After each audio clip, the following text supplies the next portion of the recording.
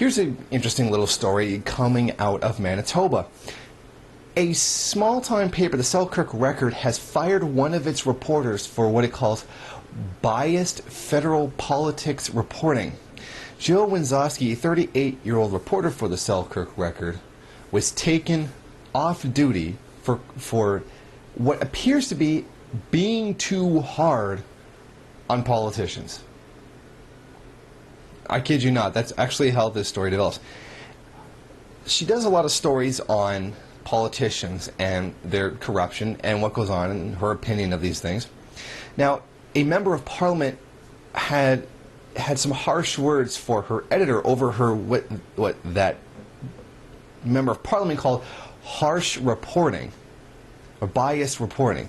Jim Beeson, the Conservative MP for Selkirk-Interlake, had a problem with this woman's writings because apparently they criticized him too much. Apparently criticizing an MP goes too far. Now, her boss got an email from Benson complaining about the China Trade Investment Treaty petition that she gave him. She sent him a petition and then wrote a story about that a petition against it had been sent to him, and apparently that is what went too far. I know, it seems kind of weird, right? Now, Brett Mitchell, one of the owners of the Selkirk Record, fired her and cited her email petition to Beeson's office as a reason for it. She gathered up a petition against a particular issue and then sent it to him. Apparently, that since she's a reporter, she's not allowed to do that. Apparently, as a reporter, you're not allowed to actually be politically involved. You can't have an opinion. You can't form petitions. I mean, think about that. Something as innocuous and mostly completely useless as a petition is too much. Just think about that. Now, the problem is, she was writing negative things about people in power. Some of the things she was writing about was the Canada-Europe Trade Agreement, protests in the Omnibus Budget Bill, C-38, stories about robocalls during the 2011 election, which I highly, and many other people highly believe, actually stole the election in favor of the Conservative Party. Now, what happened was, Maxwell invited her out for a drink and told her, you're going to be doing local stories from now on, not federal politics. Because apparently she was being too hard on the poor persecuted politicians, particularly the conservative ones. She was being too mean by asking a lot of questions and criticizing what's going on in power. This shows the definite class nature of the media. I mean, to actually be removed because you're too hard on a politician. And I'm sure somewhere down the line, they'll find links between Beeson and the Selkirk Record. I mean, they'll find some links, if not like to one of the owners as well.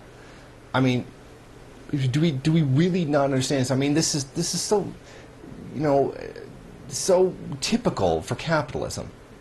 To scream up and down, well, we've got private companies, so it's free. It's not controlled by the state, and yet here is someone being obviously completely taken off because they criticized an MP. I mean, this is somebody who's really, really low down. I mean, this is not somebody in a major national publication. I mean, this is someone basically on the local level that's apparently, you know, too much of a problem for a member of parliament. Think about that. Now think about that when you consider all the attacks that are being put against the CBC, an actual state-owned media company. It's being attacked because it's being too critical of the Conservative government. I mean, what's going on here? I thought it was the state media always backs up the government, and it's just a propaganda outlet for the government. Then what's the problem with the CBC, the Canadian Broadcasting Corporation, Canadian State Media, being so critical of the Prime Minister? I mean, don't get me wrong. I mean, the CBC then does turn around and give out the elite opinion of the capitalist class. I mean, don't get me wrong. It's still a bourgeois institution.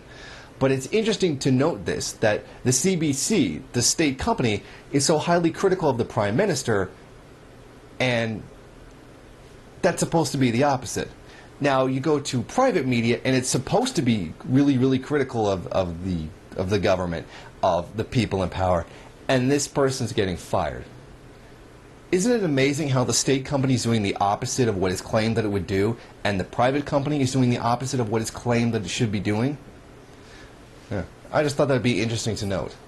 Because, this is pretty goddamn fascist.